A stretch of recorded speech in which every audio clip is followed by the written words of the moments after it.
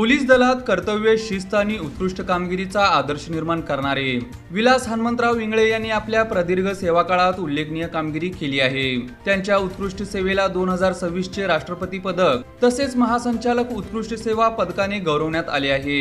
याशिवाय जिल्हाधिकारी जीवनदूत पुरस्कार, उत्कृष्ट पोलीस प्रशिक्षक पुरस्कार आणि पोलीस आयुक्ताकडून तब्बल 3 वेळा उत्कृष्ट कामगिरी पुरस्कार त्यांना मिळाले आहेत। वाहतूक शाखेत कार्यरत असताना चोरीची वाहने शोधून काढण्यात त्यांनी महत्त्वपूर्ण कामगिरी केली।